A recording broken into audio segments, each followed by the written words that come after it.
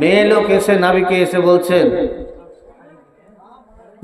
বলছেন, তাহের নিয়া রাসূলুল্লাহ ইন্নী জানাইতো, আল্লাহ পাকের নবী আমি নাপাক হয়ে গেছি, আমি জেনা করে নিয়েছি। আল্লাহ পাকের নবী আপনি আমাকে পবিত্র করে দেন, পাক করে দেন। নবী সাল্লাল্লাহু আলাইহি ওয়াসাল্লাম মুখটাকে ঘুরিয়ে নিলেন, আবার মুখের সামনে গিয়ে বলছেন, আল্লাহ পাকের নবী আমি নাপাক হয়ে গেছি, আমি অপবিত্র হয়েছি, আপনি আমাকে পাক করে দেন। আবার মুখটাকে ঘুরিয়ে নিলেন। তিনবার বলার পরে নবী সাল্লাল্লাহু আলাইহি ওয়াসাল্লাম বলছেন, মেয়েটা বলছেন, আল্লাহ পাকের নবী কেন আপনি মুখটাকে ফিরিয়ে নিচ্ছেন? আমি অপরাধ করেছি, আমি পাপ করেছি, আপনি আমাকে পবিত্র করে দেন। নবী সাল্লাল্লাহু আলাইহি ওয়াসাল্লাম বলে দিলেন সাহাবাকে, যাও রে যাও। এই মেয়েটা বিবাহিতা ছিল। নবী বললেন, যাও একে নিয়ে যাও, আর নিয়ে গিয়ে কোমর থেকে পুঁতো, আর কোমর থেকে খাল করে পুঁতে, গর্ত করে পুঁতে তাকে পাথর মেরে মেরে তাকে কি করো, রজম করে দাও। কোমর থেকে পুঁতা হলো, পাথর মারতে। তার আগে মেয়েটা বলছে, আল্লাহ পাকের নবী আমি যে কুকাজ করেছি, জেনা করে নিয়েছি, আল্লাহ পাকের নবী আমার পেটে বাচ্চা হয়ে গেছে। নবী সাল্লাল্লাহু আলাইহি ওয়াসাল্লাম বললেন, তুমি অপরাধ করেছো, তোমার পেটের বাচ্চা কোনো অপরাধ করেনি, সুতরাং তোমাকে রজম করা যাবে না। তুমি বাড়ি চলে যাও, তোমার বাচ্চা যতদিন প্রসব না হবে, তোমার বাচ্চা ভূমিষ্ঠ না হবে, যখন তোমার বাচ্চা ভূমিষ্ঠ হবে তখন তোমাকে রজম করা যাবে, তার আগে তোমাকে রজম করা যাবে না। মেয়েটা চলে গেল বাড়ি গিয়ে প্রায় 10 মাস পরে মেয়েটা বাচ্চাটাকে কোলে করে নিয়ে চলে এসেছে। নবীর কাছে এসে বলছে, আল্লাহ পাকের নবী এই যে দেখো আমার বাচ্চা হয়ে গেছে, এই যে আমার বাচ্চা। নবী বলছেন, মানিফতে হাজার গোলাম, তুমি এই 3 দিনের বাচ্চা, 3 দিনের শিশুকে নিয়ে এসছো, এর দেখভাল কে করবে? একে কে দুধ পান করাবে? একে কে খাওয়াবে? তুমি যাও যাও যাও, একে নিয়ে চলে যাও।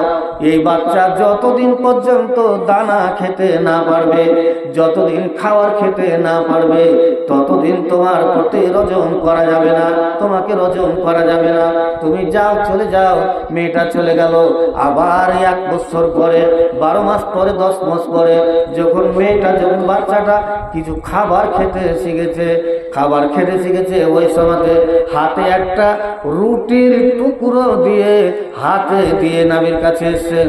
নবীকে বলছেন, আল্লাহ পাকের নবী এই যে দেখো আমার বাচ্চা দানা খেতে পারছে, আমার বাচ্চা রুটি খেতে পারছে, এই যে এবার বাচ্চাটা নিয়ে এসে এবার আপনি আমার ফয়সালাটা করে দেন।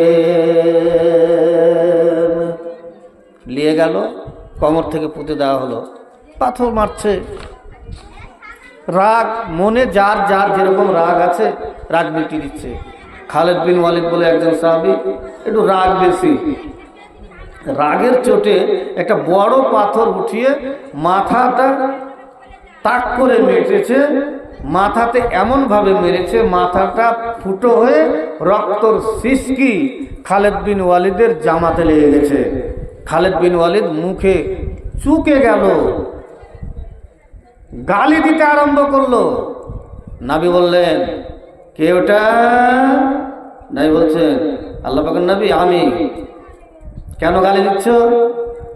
নবী বলছে, আল্লাহ পাকের নবী যেই মেয়েটা কুকাজ করে এসছে, যেই মেয়েটা অপবিত্র, যে মেয়েটা জিনা করে এসছে, এই মেয়েটা এত খারাপ মেয়ে, এই মেয়েটার কারণে একে পাথর মারতে গিয়ে, রজম করতে গিয়ে ওর নাপাক রক্ত আমার জামাতে লেগে গেছে, ওর নাপাক রক্ত আমার শরীরে লেগেছে, এর নাপাক রক্তে আমার শরীরে জামাটা লেগে গেছে।